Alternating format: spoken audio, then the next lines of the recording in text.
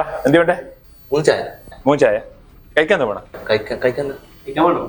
ഒന്നും വേണ്ട, മൂന്ന് ചായ മാത്രം. ശരി. അനു, അമ്മനെ ഡിസ്ചാർജ് ആക്കിയടാ? ആ ഡിസ്ചാർജ് ആയി. അപ്പൊ ഇന്നലെ വൈകുന്നേരം. അതെല്ലേ? കുറെ പൈസ? പൈസ കുറച്ചായി. ഇപ്പഴത്തെ ഹോസ്പിറ്റൽ കേസല്ലേ, തൊട്ടതിന് വെച്ചതിന് പൈസ 1.5 മുകളിൽ വന്നു. അതല്ലേ? നാരായണ, കുട്ടല്ലേ വരുന്നത്? അതെല്ലോ. വണ്ടി എന്താക്കിപ്പാ? ഓന്റെ വണ്ടി വിറ്റില്ലേ? ഓ, വണ്ടി വിറ്റോ?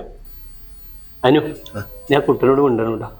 എന്റെ ഫ്രണ്ട് അല്ലടാ, എത്ര കാലം ഇങ്ങനെ ചൊടിച്ചിട്ടിരിക്കല്.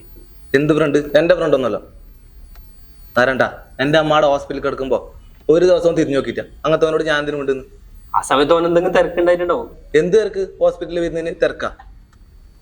ഫ്രണ്ട്ഷിപ്പ് പറഞ്ഞു കഴിഞ്ഞാല് ഒന്നിച്ച് നടക്കലൊന്നല്ല. ഇങ്ങനത്തെ എന്തെങ്കിലും സഹായം ചെയ്യണം, അല്ലെങ്കിൽ ഹോസ്പിറ്റലിൽ വന്നിട്ട് നോക്കലും വേണം. അങ്ങനത്തോനോട് എനിക്ക് ഉണ്ടായിരുന്നു കഴിയാം.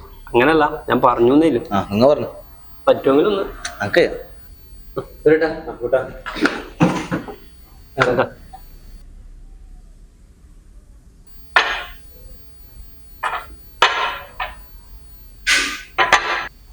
അനു, കുട്ടനൊരു ചായ പറയടാ.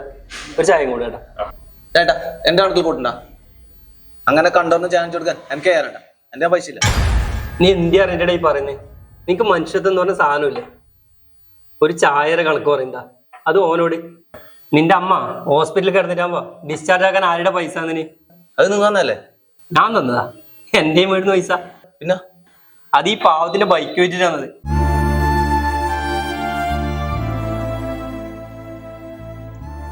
ഓ തരുമ്പളേ പറഞ്ഞിനി ആ കാര്യം നീ അറിയണ്ടെന്ന്. അങ്ങനെയല്ല ഓനോടാന്ന് നീ ഒരു ചായയുടെ കണക്ക് പറഞ്ഞത്. മനുഷ്യനാവിടാ, കുറച്ച് മനുഷ്യത്വം കാണിക്ക്. എനക്ക് വേണ്ട എന്റെ ചായ. നാളെ ഈ ചായക്ക് നീ കണക്ക് പറയും.